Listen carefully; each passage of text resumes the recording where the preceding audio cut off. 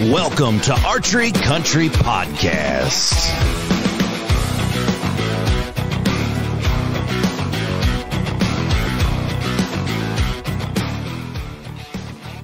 Hello, everybody. Welcome back to Archery Country Podcast. This is your host, Wade, as we are warm and fuzzy in the Rogers studio this morning. Negative 26 degrees outside.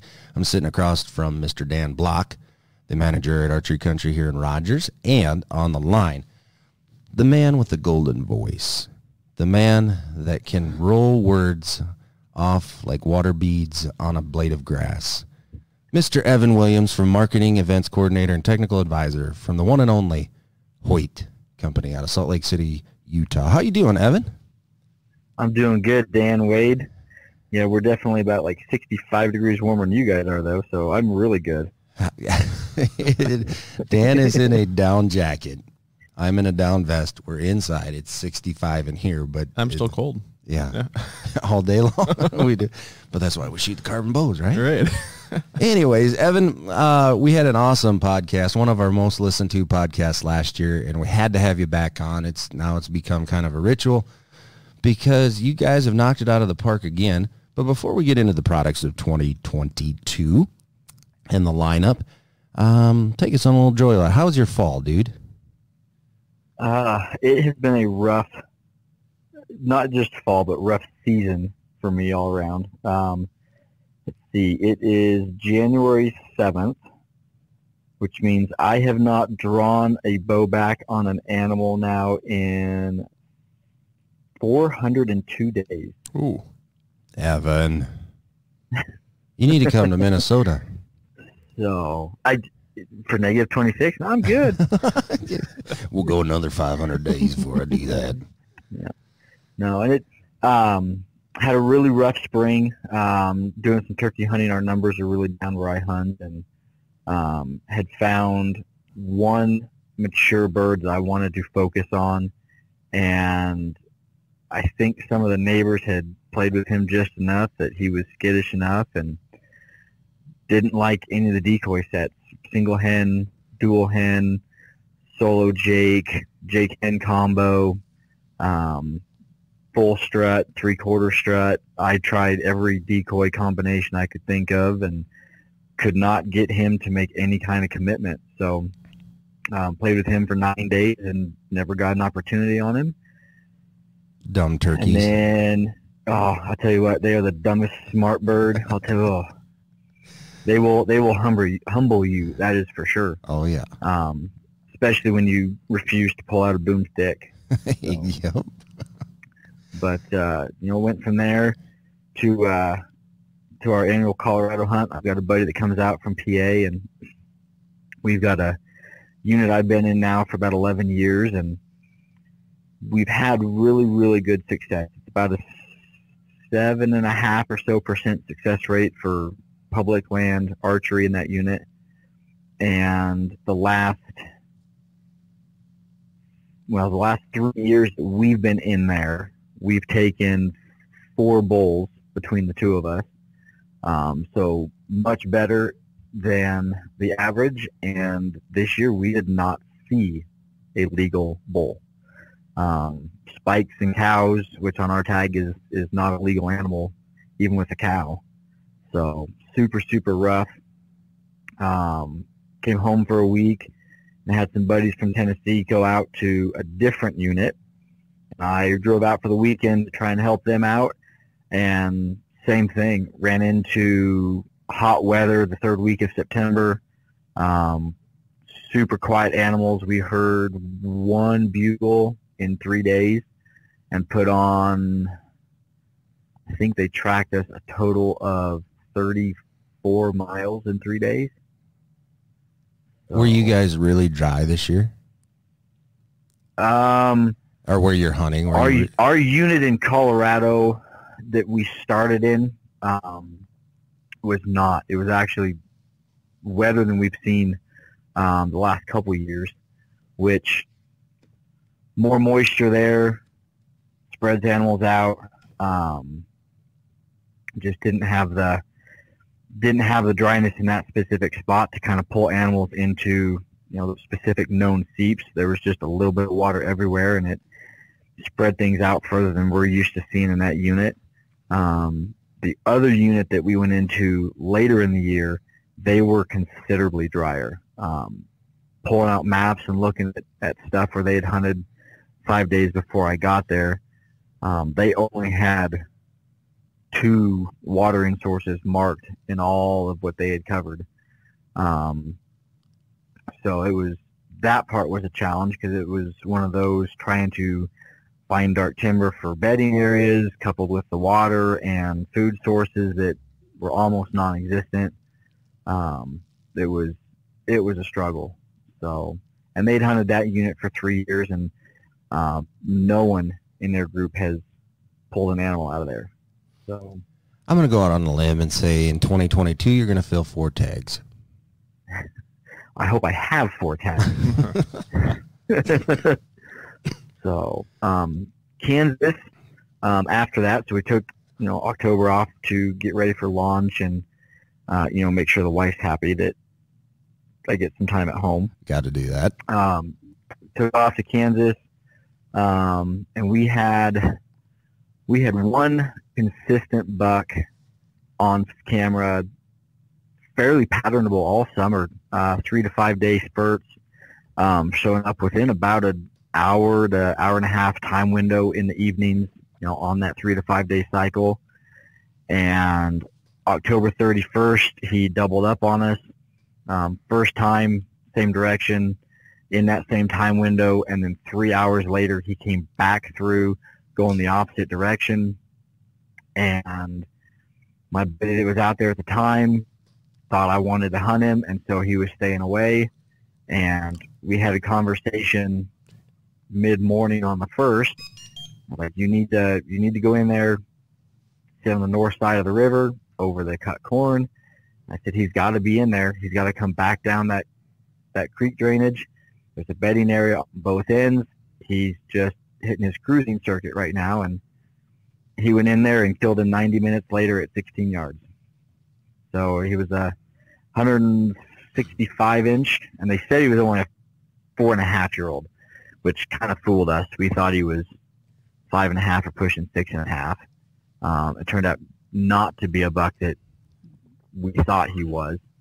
And then our assistant marketing manager had drawn that tag.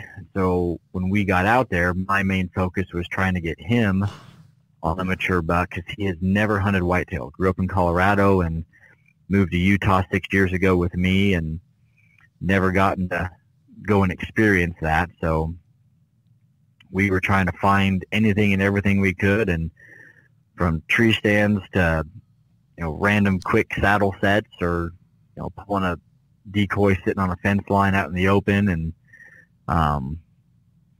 just couldn't quite get it done. Had a real good encounter the last morning that he was out there with us, and decoyed in probably would have went upper 130s, just a good 4.5-year-old 9 that was a buck that we've known about, and just bullies everything around in that area.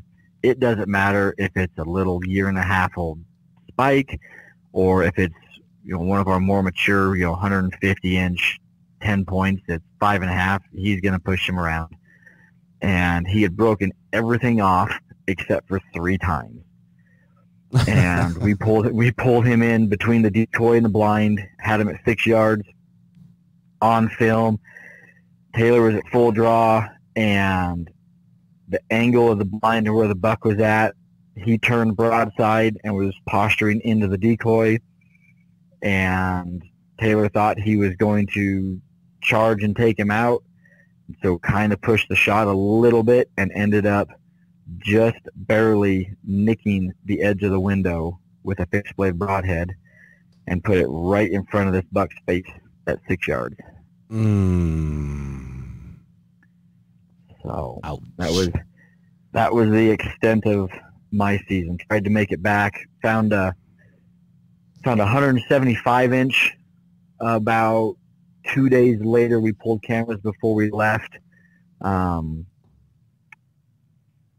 Gorgeous buck. 175-inch, probably 19-inch inside spread, just lays way out. And my plan was to go back over Thanksgiving and try and put some time in on him. They'd had cattle in this spot, and it has taken all the cover out and pushed these deer into a big cedar draw. And on the north was cut corn. The south is alfalfa, and you've just got this nice long buffer strip behind the landowner's house, thick red cedars and hardwoods. And I had him down to where I thought I knew he was crossing back and forth between his bedding and a food source, and came back, wasn't feeling well, and tested positive for COVID, and never got back. That'll do her. That'll do her. So that'll end the season, and now we're going to see how long this streak is going to have to continue before I get a draw back on something. Well, it'll turn around. It'll turn around. And the reason it's going to turn around is because you're probably shooting one of the new bows. Hoyt's launch. You know I am. Hoyt's launch for 2022. In the carbon line, we have an RX-7 and we have an RX-7 Ultra. In the aluminum setup, another flagship, we have the Ventum Pro 30 and the Ventum Pro 33. Outstanding bows, extremely well received by the customers. Everybody that's shooting them, it's changing their minds. They come in for one thing and they're going to the other. We were very, very impressed here in the shop. I know you guys, we're going to talk, if you don't mind, let's take a roll on the carbon line first, and then we'll talk about the aluminum that we don't want to forget about. But the RX-7 and the RX-7 Ultra, you guys, last year, we switched cams when we talked to you, the HBX. Now we got an HBX Pro. But the riser, the first thing right out of the box, something looks different. Give us the 101 on the new RX-7s. Yeah, so for the RX-7 product cycle, we wanted to completely redesign and re-engineer the carbon riser itself. Since the inception of carbon, we've had the carbon riser with a machined aluminum head that is glued on, that accepts your limb pocket and the rest of your bow. Nice thing about that is if you think about it like a tightrope, the longer that tightrope walker's lever or bar with weight on the end, the better that balance is. Same type thing with the carbon riser. You have a super, super lightweight core, and then you put your weight out on the end for better balance. One thing that started doing for us is that started adding extra weight. Our carbons went from 3.9, 4, 4.1, and with more machining and material in the cams to satisfy our 1,500 cycles for dry firing and 1 million draw cycles, you've got to get more material in the cam, added more weight. So to get weight out of the bow, we went to a 100% carbon-to-carbon structure. So the heads go right from the riser up into the limb pocket, took that entire aluminum head out and dropped that mass weight down. Last year we were 4.3 pounds on the RX-5 short, and we dropped all the way down to 3.9. Which is a sought-after thing about when you say carbon. Hoyt, and I can safely say this, they pretty much dominate the carbon industry when it comes to bows. But it wasn't a negative thing, but it was a eye-opening thing last year on the weight, and you just explained it in perfect detail. That's why they did it.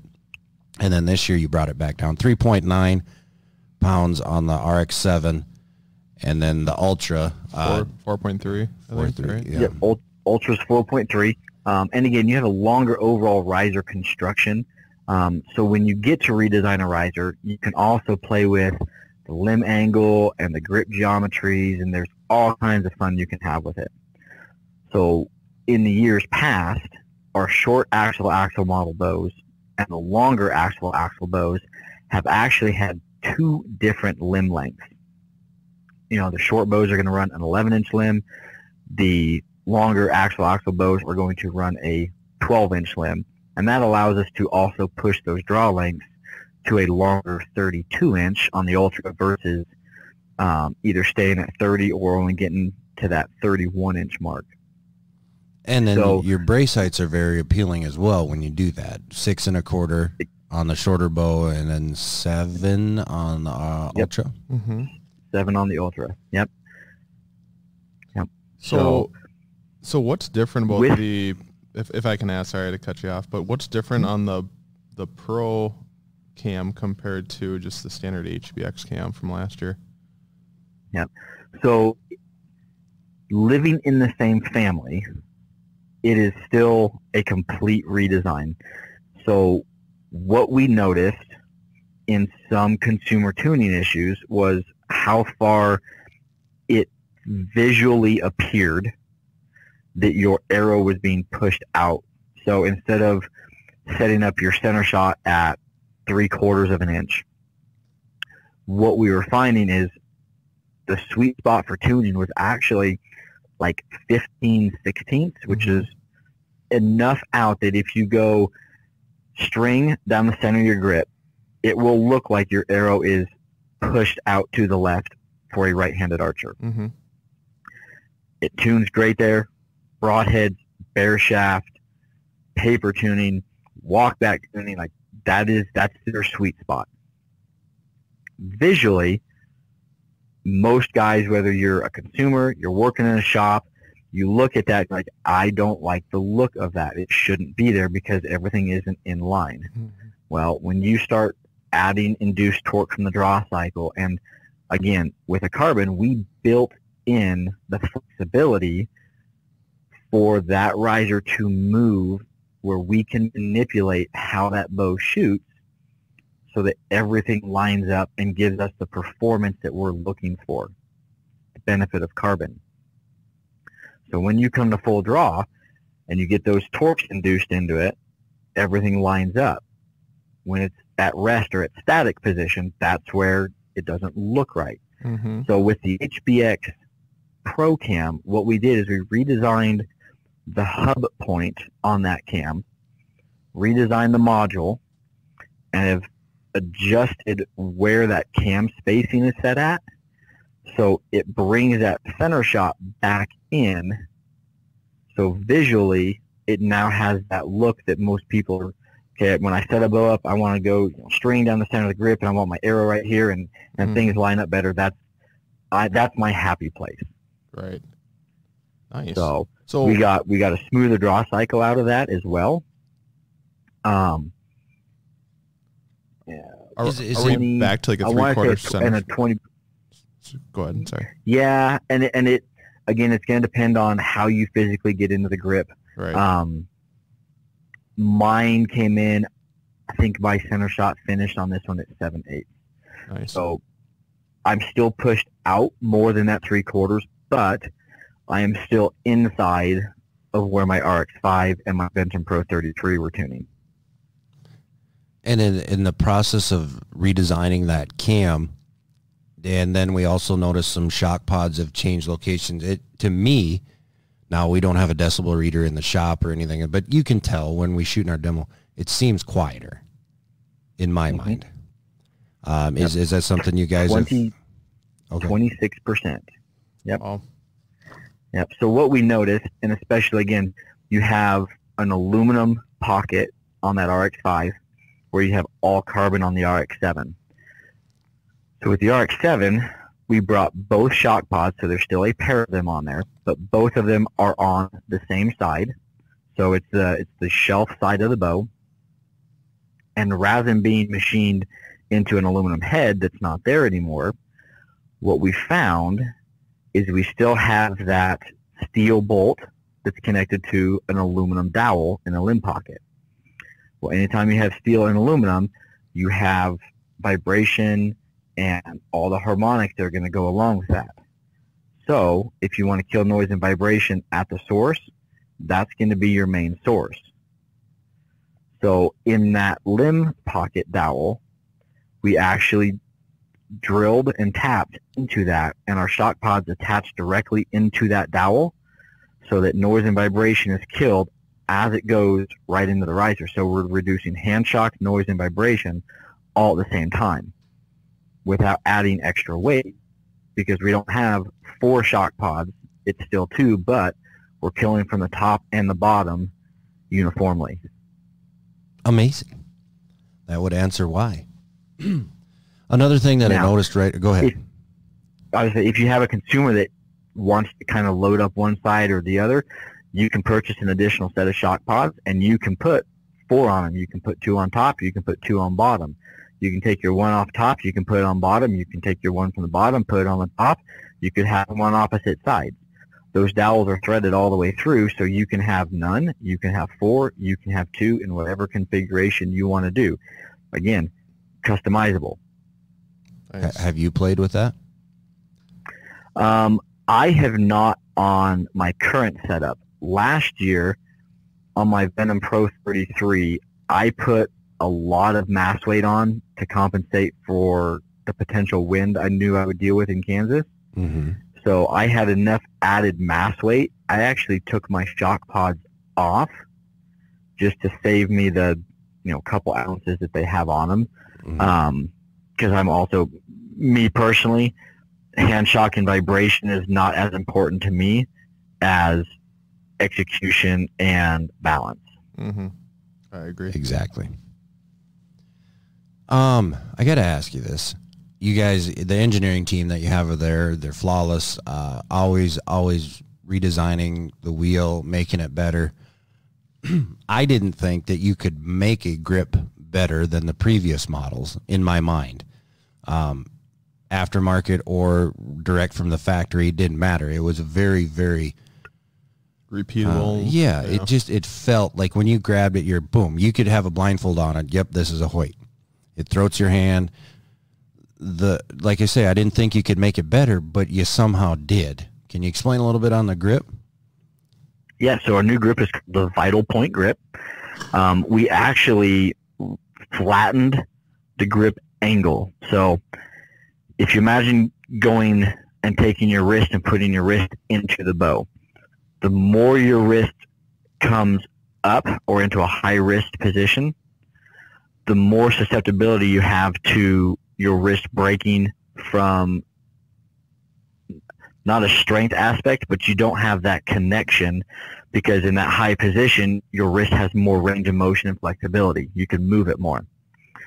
As you get more heel down into it and you start to put more pressure uniformly through your hand into that bow, you have a more solid connection between your body and the riser.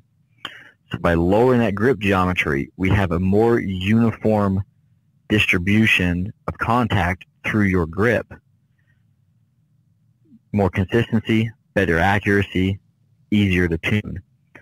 The material itself, we've actually got a co-blend, it's not a polymer, but it's like a texturized material that has a very light tack to it that allows you to, even with a wet hand or a sweaty hand, you can get in there and it doesn't allow you to slip and slide and move everywhere. It's got enough tack that you can get in and comfortably get into the same spot with consistent repeatability and not be sliding all over the place. And that's what you call the VersaFlex? Vital Point. Yep. Vital, okay. So the grip, the bow, it's hard to frost a cake that's not baked, so I'm not going to sugarcoat it. The RX-7 and the RX-7 Ultra is considerably more money than the aluminum bows. We have questions all the time, and this is 2 guys coming from a pro shop asking one of the vital points of, no pun intended, parts of Hoyt, one of the guys that knows in and out. This is your job to answer these questions. So I'm going to put you on the spot here. Earlier, before we pushed record, you gave an outstanding description to a consumer, listener. Why would the RX-7, the carbon bow, give us some key points of why it may excite somebody, and then also why you guys make an aluminum, very, very great flagship bow, and obviously cheaper, which some folks, that is a consideration that we got to take into fact. Run us down that tour between, like, the two heavyweights put together. Why would somebody choose the other or consider it versus the other? Yeah. And there's a couple factors that go into that. Aluminum is a stand-apart product and material in our industry. Every single manufacturer uses it, including us. That material is considerably less cost per unit than what it does as far as cost-wise per unit on a carbon. And when you want to do true apples-to-apples comparison, you want all things equal. So in my mind and in reality, you shouldn't be comparing any manufacturer's carbon bow to any other manufacturer's aluminum bow because they're not the same. You have different riser configurations, different flex patterns. They are built and designed for two different purposes. One of the benefits of carbon, especially for guys that are hunting in colder temperatures, is the thermogenic property. Okay, so it's heat and cold transfer.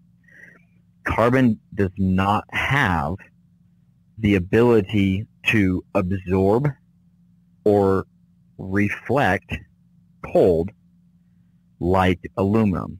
It's thermodynamics. So when you are in a tree stand or you are in your box blind and it is 27 below, when you go to grab that riser with a bare hand, you won't feel the shock in your system and you won't freeze to a riser.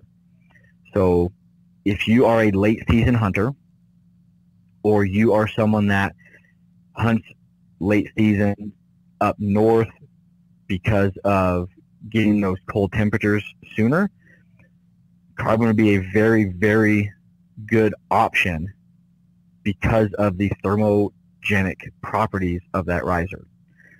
The other benefit of carbon, being lighter mass weight at 3.9 on the 7 or 4.3 on the Ultra for the longer guys, is whether you're a Midwest guy that's traveling out west to hunt mule deer, antelope, elk, any of those western big game species, when you're out for a 10-plus day backpack hunt and you're covering 12 to 16 miles a day, do you want to carry a mass weight bow that starts at 4.5, 5 pounds, and then you have all of your accessories on it? Or would you rather start sub 4 pounds and go ultralight accessories, everything as tight as possible, and be a minimalist and be more functional and efficient because you have less weight, less drag on your body for that duration? To me, that's one of the biggest benefits of carbon, is I can start with a lighter mass weight bow. And when I go to Colorado and I know I'm packing in for 7 days and I'm staying no matter what, as many miles as I have to do a day, my buddy and I, we're going to go do it. We're going to start with a lightweight bow. We're going to keep all of our accessories to the bare minimum because realistically, I'm not taking a shot over 50 yards. That's a big vital section on an elk at 50 yards. I'm okay with a little bit of float. When I go to Kansas, when I go to spot and stalk mule deer or antelope, I'm not covering necessarily as much ground depending on where I'm hunting them. If I'm going into a tree stand back east and hunting whitetails, I might only be hiking in 100 yards. I might hike in 400. But I'm going to go to that spot. I'm going to get up in my tree or get into my blind, and I'm going to sit and wait. If I'm out in the open, my adrenaline's going to be going. I'm breathing hard. There's environmental conditions with the wind. I'm putting as much total mass weight on that bow as possible. So I have the flexibility in carbon to be super light, or I can weight it up to whatever I want to be for balance, for feel, for hold, for shot consistency. And that brings up an excellent point, which we've talked about and exercised a ton in the shop, is you can weight up a bow in the right areas. Yep. Below the grip. Yep. That's why your stabilizer bushings, where you guys mount them, that's why you have the back bar offset bracket as low as we've seen anywhere. So you can utilize even that. Lower on this year's. Oh, it is lower. Yep, we were able to move that bracket lower this year in that riser redesign. And so we're kind of fighting two currents, especially when guys that haven't experienced a back bar. It doesn't have to be a 12-inch target bar, side rod. Even a 6-inch, there's ways that you can balance that.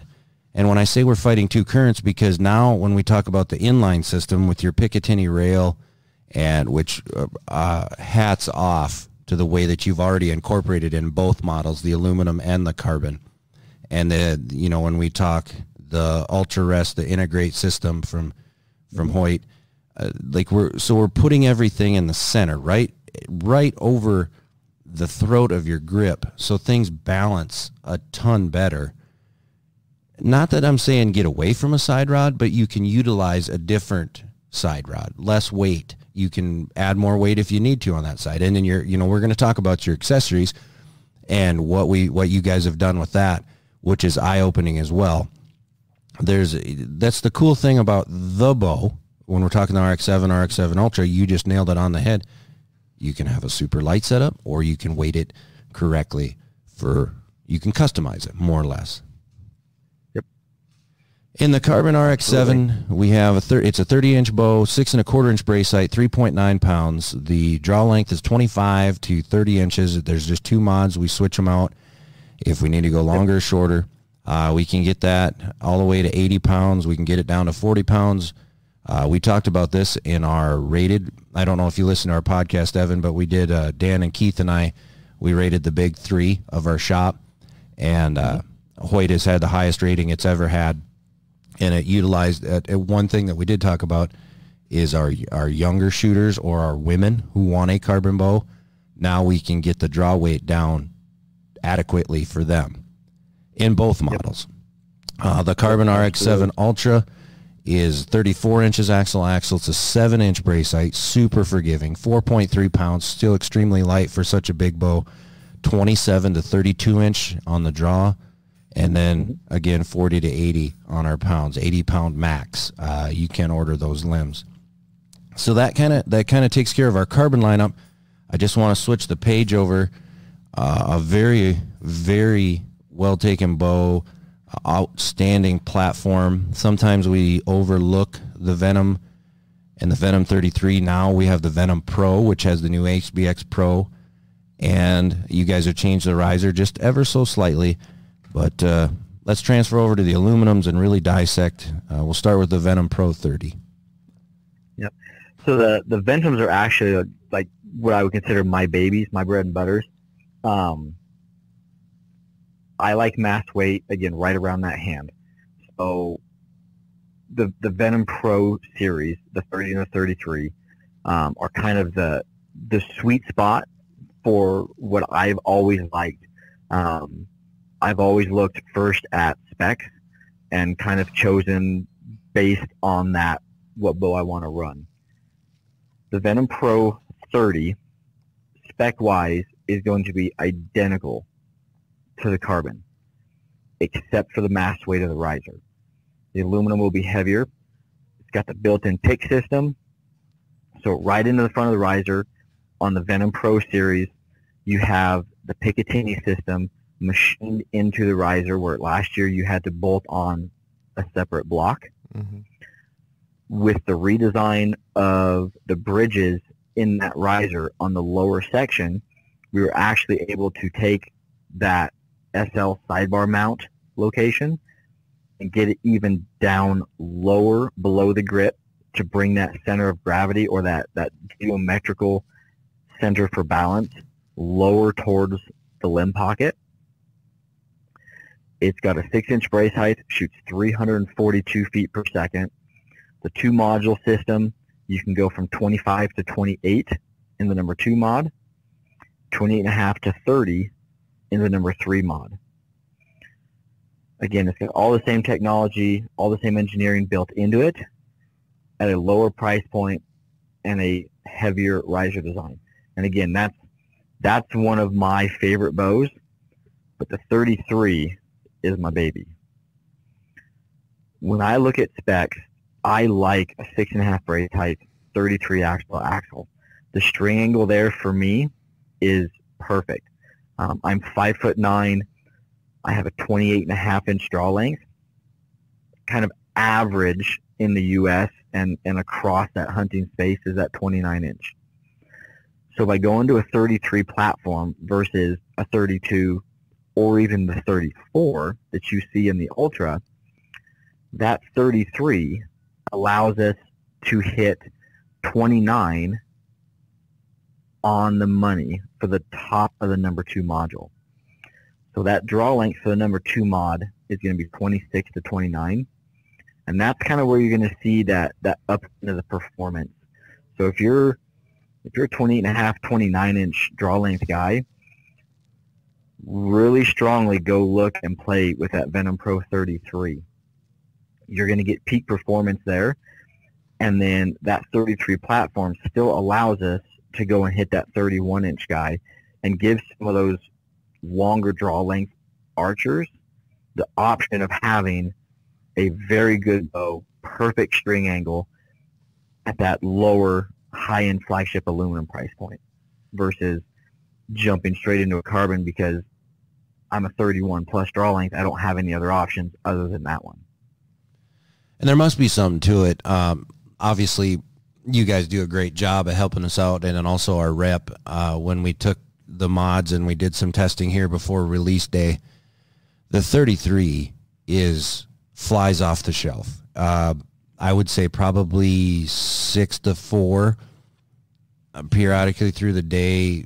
The 33s they're not pushed, but we have a lot of guys in that 28.5, 29, and the bows are precise on the draw length, where the 33 is the string angle, like you talked about, not being as acute when they hit that peak and they fall into it. Very, very smooth cam, very smooth draw cycle. The bow is still very fast, and then that platform, it gives you, I would say, a little bit more forgiveness in my mind, a little bit steadier on the shot. Both of them are very, very ergonomically built to where they're going to be a steady platform. But it's the 33 is by far one of our best sellers, and for that reason that you're telling. Yep, and especially the guys, coming from a shop and only having one bow a year, I wanted to find something that I could personally shoot our indoor summer 3Ds, spots, and be able to hunt with it. And that 33-inch platform, because of the string angle and the comfortability of it, allows an archer to shoot every aspect of target, of hunting, ground blind, spot and stock, tree stand. Like, there is nothing that you can't do with a 33-inch axle bow. Nothing.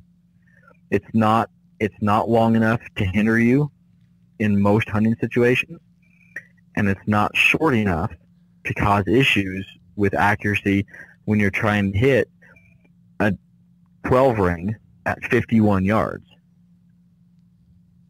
Very good point. Very good point. Both of them exceptional. Now, when we say we do have the Hbx Pro Cam, that was the same thing that you talked to Dan about earlier. That was incorporated into this for our center shot and making things eye up just a little bit better. Yep. And Evan did a great job talking about the specs on the Venom Pro 33. It's 334 IBO, our 33 axle, 6 3/8, 4.67 pounds, 26 to 31 on your draw length, and then again 40 to 80 comes in some phenomenal colors. Again, as we look, we talked just a little bit about the Pro pick rail, incorporated into the aluminums, also incorporated into the RX-7 and Ultra, a very clean finish, very nice lines, very sturdy when it comes to mounting a sight. Like, how do you get any better than that? Mm-hmm. You still have the Ultra Rest, the integrate, the dovetail on the back of the riser. You still, last year was new to us, is the short stop stabilizer, which is basically a stabilizer and dampening system all in one. We still have the SL sidebar mount, which you explained to us is lower this year, which helps out a ton. Mm-hmm. Let's a little bit on your quivers. Hoyt quivers last year were very, very hard to get, and the reason being is because they're sought after.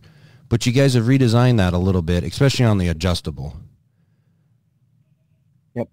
So the look of them is very similar to what we've done in the past. So the hood of the quiver is the same. What we redesigned was not just the gripper and the gripper material, but the adjustability of the quiver laterally. So when it sits on your bow, rather than having a set or a fixed distance on what we call the standoff, that's the bracket that mounts from your quiver physically to your riser. When you used to get those, you used to get on a two-piece, you'd have 4 different sizes. On a removable, you'd have 2 different lengths, and you had to pick A if you were shooting a carbon and B if you were shooting an aluminum because of how the riser was designed. Well, now you have one uniform post that has adjustable stops built in 1/4-inch increments. So you have a lockable position for your quiver with a stop on it. So on the axis, you have a set screw that you can screw into that rod that if you have a quick disconnect, you can slide it in all the way to that stop and then tighten it down, and you don't throw it all the way into your limb or get it too far into your bow. But you have the ability now to adjust how tight you can get to that riser. So if you're shooting one of the longer axles, either the Ventum Pro 33, the RX7 Ultra, or our Highline, which is designed for that 34-inch type range, you can physically take that quiver and, depending on your arrow length, shorten it down and push it to where you can physically get that quiver hood under the limb. You can't get any quiver on the market any tighter. Well, here's why. The reason I didn't know that is we don't have them yet. When this podcast is recorded on January 7th. For those of you that are aware of the archery industry, the ATA show is going on. Not that this wasn't released, because it was released on your release date. It's just getting the inventory to dealers. We haven't seen the super light quiver in that. We've done some research and watched some YouTube videos. We're very excited about it, but I had no idea that you could do what you just said. I didn't either. Which is a phenomenal sale. So again, with my specs running the Ventum Pro 33, my arrow carbon to carbon is 26 7/8. So then I've got my knock and then my broadhead. Because of my arrow length, I can shorten or bring my hood down and keep everything more centered on the bow versus getting too high.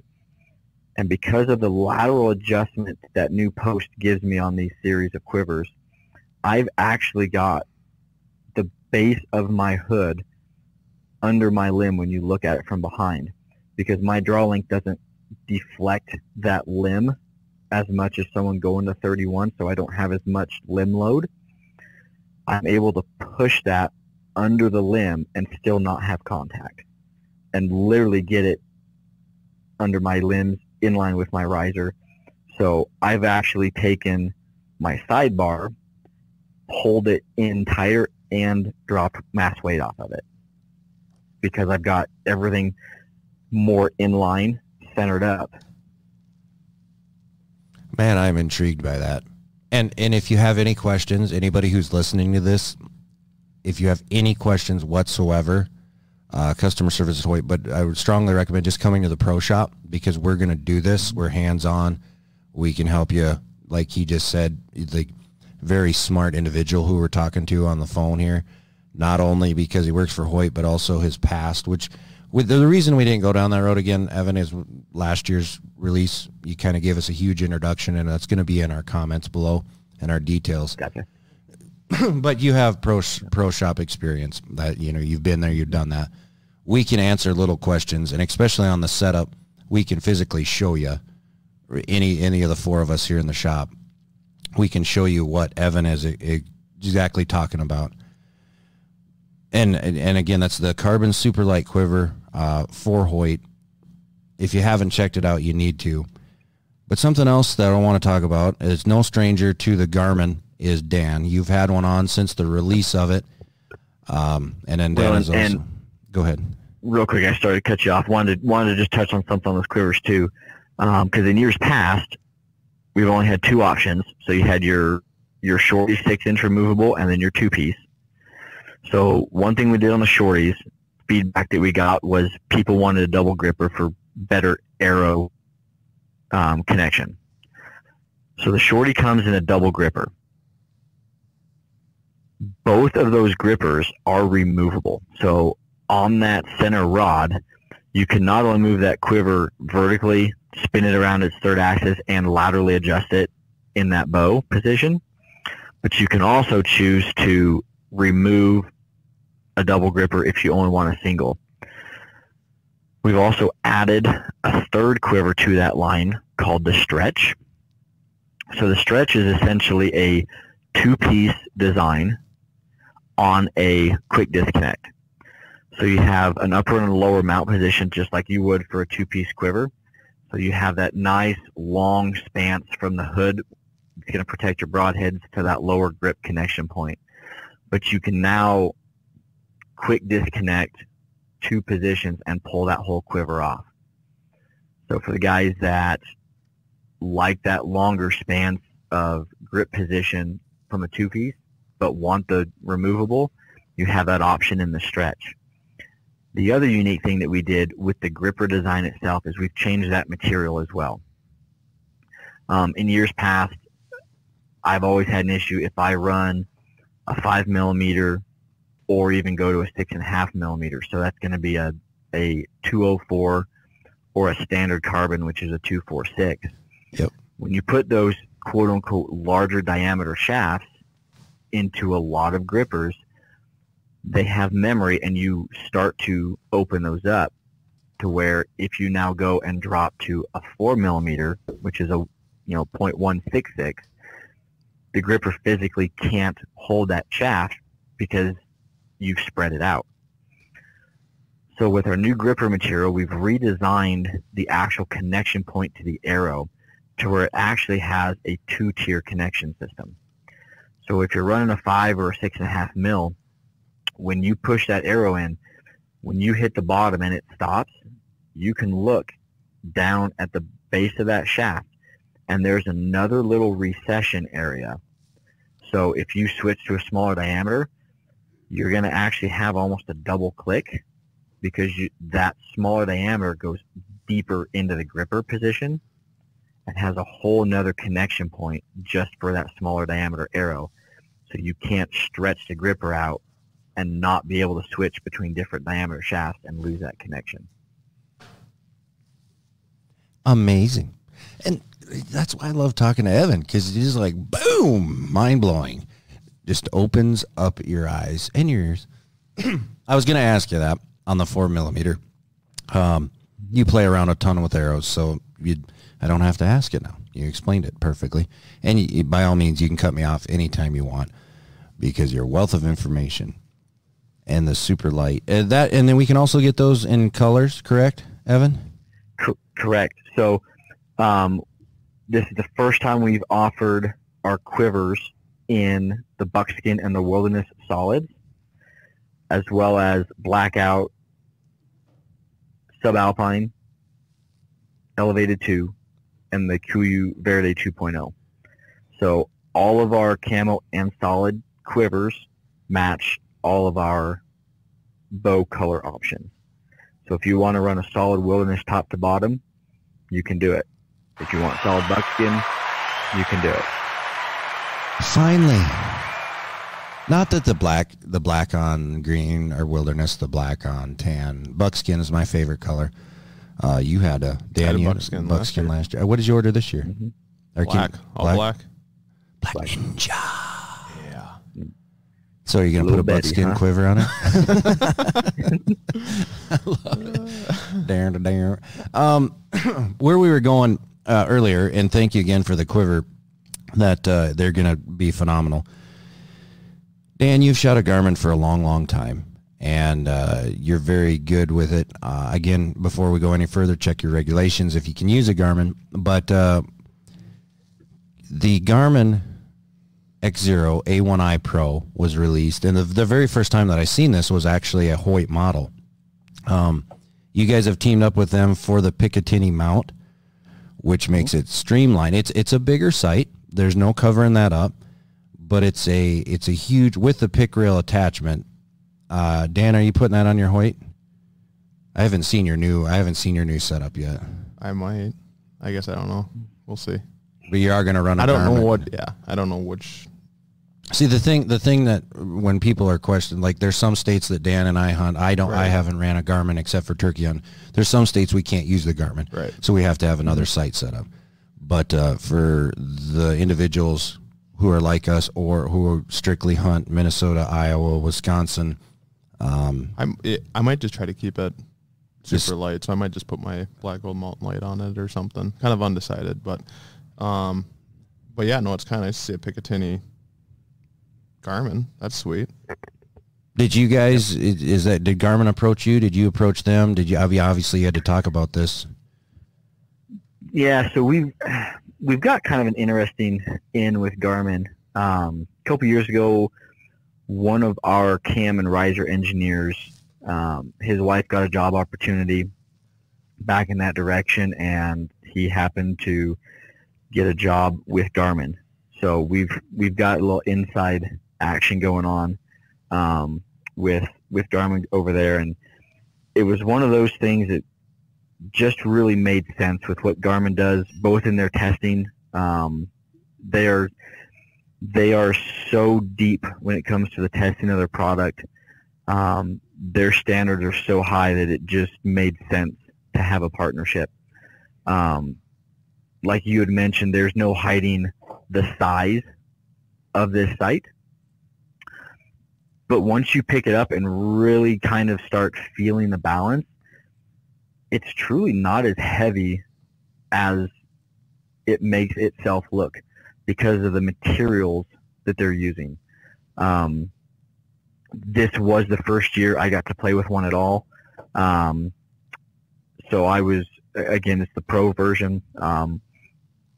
I haven't done any other work with any of the previous models. But if you are hunting a state or states that allow it, it truly is a game changer in what it allows you to do and the abilities that it has. I agree with you 110% on that, and we do sell them. We have them in the shop. It has a nice Hoyt logo, and it's set up for the Picatinny, which we talked about is integrated into your aluminum and your carbon model. And for more information on the Garmin, the X0, thank you for the setup on that. I kind of jumped ship when we talk about the big four, but you guys actually had more than just 4 releases this year. We haven't dabbled on the Carbon RX Twin Turbo yet for the guys that are looking for incredible speeds, shorter brace height. And correct me. Actually, I'm not even going to assume. I'm just going to have you explain just a little bit on that. It looks like last year's riser. Mm-hmm. And then we also we'll talk about the Highline, which I want to talk about the Highline more than the Twin Turbo. For some reason, like that's a very familiar look on the Highline. You had to do some different things with the riser on that. It's for our big boys. But let's talk just a little bit on the Twin Turbo. It's 350 feet per second, 33 axle, which is amazing. 5 7/8 brace height, 4.4 pounds, 25 to 30 inches, and then 70-pound max down to 30. Yep. And so the Twin Turbo does utilize our riser platform from last year. The reason for that is when we started that cam design, that's the riser that we had primarily to work with. So we did all of our harmonics, all of our resonance and sound testing was on that frame, and we wanted to keep that going just because of the changeover and everything going on with the RX-7s. This was a way to kind of put some light solely on the Twin Turbo. It's not going to get lost in the fray because it has a completely different look. It is our first turbo cam that is on a binary platform. And in years past, we've been running that 31-inch axle-to-axle, stretching it back to 33, where our initial turbos were released at back in 2015 era. Again, you go back to that string angle, and when you get a 6-inch or a slightly sub 6-inch brace height, and you start shortening that axle-to-axle down, form and mechanics become such an important factor that when you add 2 inches to that overall axle-to-axle, and you get that better head position, so you see better, the bow is going to physically balance and hold a little bit better. You can take a 6-inch brace height and make it such a better shooter that it made sense to stay on that platform. And very well done. We shot that bow. I had the RX4 turbo, and I loved it. I loved the way that the cam kind of pulled against me from a target archer background. It was more enjoyable to shoot, and of course the speeds. Whatever arrow weight that I run from 460 to 500, it seemed to perform and tune. It's hard to tune a speed bow on the market, but not a Hoyt, especially with this new binary cam. Basically tunes right out of the box, and if it doesn't, we can make it very easy, which we didn't really cover that. It's not old news, but it's last year's news. The spacer system, very, very easy to shift the cams, one cam or both cams, to the right or left, so we can keep that center shot, and also your broadhead tuning, bare shaft, as we talked about. So we do offer the RX Twin Turbo. Hoyt does, we do, in all the colors, and it's a that 33. If you're ever excited about a speed bow, you should shoot it again for that string angle, the brace height. It's very forgiving for getting the speed, if you can put those two words together, which I think you can now. Let's talk about the Highline. We up here in the north country, we got some big boys, some big lumberjacks. Oh, don't you know? Yeah. 29-inch to 34 inches. I cannot, and I'm going to do this after the podcast. This bow reminds me, I don't know if it reminds me of a target bow that I've seen, like the Pro Force maybe. I don't know. It to me, it looks very appealing. I would be on the bottom side of the draw cycle, but a little bit on the Highline, if you don't mind. Yep. So essentially what we wanted to do with that Highline is bring to market the bow for the big boys. We've had the double XL for a number of years. And when we started reverting everything last year to the binary system, we didn't get a bow where we wanted it to be for that longer draw length crowd. So last year we let the double XL ride through another year while we kind of focused on making this bow the best that we could do with a binary cam system.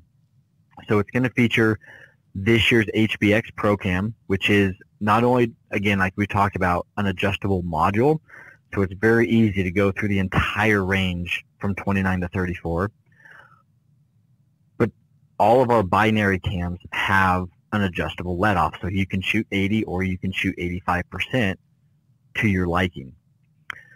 And essentially what we did on the riser is, with the success of the Ventum, all we did is put a Ventum Pro riser on this and lengthen it out to hit a 36.5-inch axle-to-axle range. And you're exactly right. It is appealing. It's on the heavier side at 4.9 pounds because you have such a long riser. And again, playing with the limb geometry, that connection point, really, if you flatten it out a little bit more and add an inch to the riser, you're essentially looking at what an Invicta is going to be looking at for aesthetics and spec. Mm-hmm. Our Invicta 37 target bow is a 37 axle to axle at 7 3/8, I believe. Okay. Yep. And we're a half inch shorter than this with the same limb. So it's a slightly smaller riser with that Ventum Pro series look to it. and a roller guard instead of a cable slide on the target side. I like it. I like it a lot. So I got to ask you this. Super smooth. I actually had to play around with a couple of them at 33 inches, and I actually had to go test the draw weights of them because at 33 inches, I literally thought I was pulling like a 55, 58 pound bow. Smooth. And it was 71 and a half. Answer me this. It is. Yep. You're a tech. You know numbers. Sometimes we get baffled a little bit. How do you measure IBO, or when we say, okay, ATA, feet per second? Yeah, let's get into this discussion. How in the world do you measure it on a 34-inch, 29 min, 34-inch max? Yep. So there is two different, not schools, but there's two different associations when it comes to measuring speed. You have IBO and you have ATA. IBO is based off the International Bow Hunting Organization's standards for 3D competition. Way back in their history, they had to start setting some standards so there was some type of uniformity when guys would show up to a tournament. So what they said is, we are going to allow 5 grains of arrow weight per pound of draw weight up to an 80-pound bow. And because of manufacturing inconsistencies at the time, we'll allow a 2-pound buffer. But there was no draw length restriction with that. So IBO numbers do not have a draw length restriction. So if I can build a bow at 33 inches, I can test it at 80 pounds with my 2-pound manufacturer allotment. So I can test it at 82 and a 400 grain arrow. That's 5 grains per pound at the 80-pound allotment. I don't have to account for the 2 extra, so it's just bonus. I can publish that as my IBO speed, and that is within those standards. ATA, or Archery Trade Association guidelines for speed, are much more stringent and restrictive. You can test at 70 pounds, and you get 2/10 is all. So 70.2 is the peak that you can test at. They do maintain the 5 grains of arrow weight per pound of bow. So it's a 350 grain arrow at 70 pounds. And they cap your draw length at 30 inches, and you're allowed a 1/4 inch draw length margin for error. So your max testing standards for ATA speed restrictions is a 30 1/4 inch draw length at 70.2 pounds with a 350 grain arrow. So when you look at a manufacturer speed for ATA and a manufacturer speed for IBO, and you're trying to figure out where am I going to be if I shoot a 440 grain arrow at 28.5 inch draw length and 74 pounds. If you deduct 3.5 feet per second for every grain on your arrow, or sorry, 1 foot per second for every 3.5 grains, 6 feet per second per 1/2 inch of draw length, and I usually go 11 to 12 feet for 10 pounds. Okay. With an ATA spec bow, most of the time I can guess a consumer's actual speed that they're going to put through a chronograph to within 3 to 5 feet per second of a bow with ATA speed specs, because they're so strict on here's your speed, here's your weight, here's the 3 things you have to be in this criteria. When you go and look at an IBO speed number, it's going to be much more varied, because I don't know if that bow was tested at 82 pounds and 33 inches, 82 pounds and 30 inches, 70 pounds, 30 inches with a 350 grain arrow. There's so many different variables that, I mean, I've been off as much as like 17 to 18 feet per second when we actually put a customer setup through a chronograph. So little differences there as far as the IBO and the ATA. Now, when you go to the Highline, we're still going to advertise that as an ATA spec because that's the standard that we hold ourselves to. So that bow can shoot 34 inches. We're going to test it at 30 at 70 pounds with a 350 grain arrow. So mind-blowing. Our number on that of 345 is on the bottom end of that number 2 module. It's an inch off the bottom. Right. So, which, you know, there's not a lot of companies that are open about that. Actually, there's none that are, you know. And last research I did, I wrote an article a couple of years ago about the 2. When I looked at all the manufacturers I could find, 2 manufacturers in the entire industry were using ATA. Everybody else was using IBO. Some of them would be specific, and they would say IBO at a specific draw length. And that was 3 or 4 of them. But everybody else will just put IBO in there, and you don't know, is it 30 inches? Is it 32? Is it, well, that bow goes to 34. They testing it at 34. That's crazy. Crazy. Dude, we could talk for hours and hours and hours. I know that you have a busy day ahead of you, and we're going to go sell some bows off the wall because that's what we do. But here's the cool thing. Hoyt is open book. You can get a hold of them. They have a phenomenal social media. They have their own YouTube channel. Everything is laid out.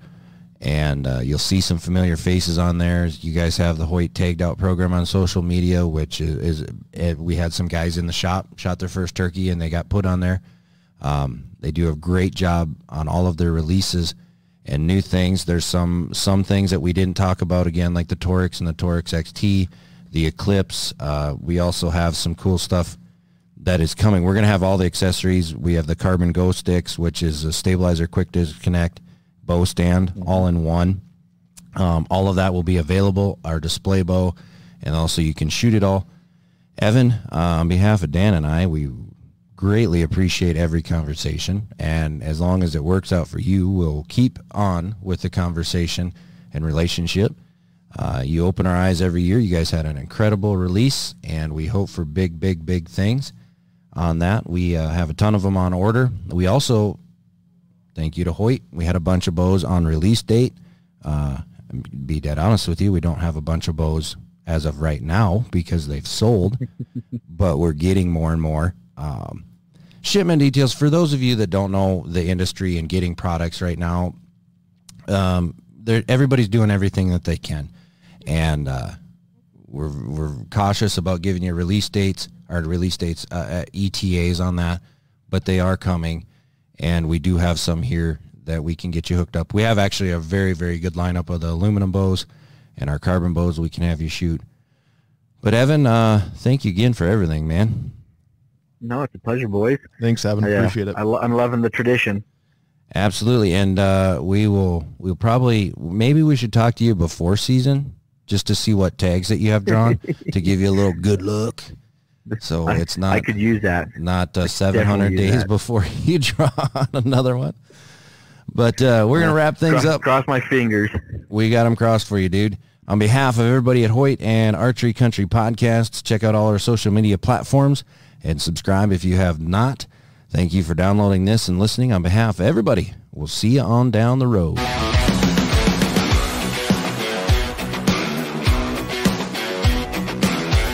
Thank you for listening to Archery Country Podcast.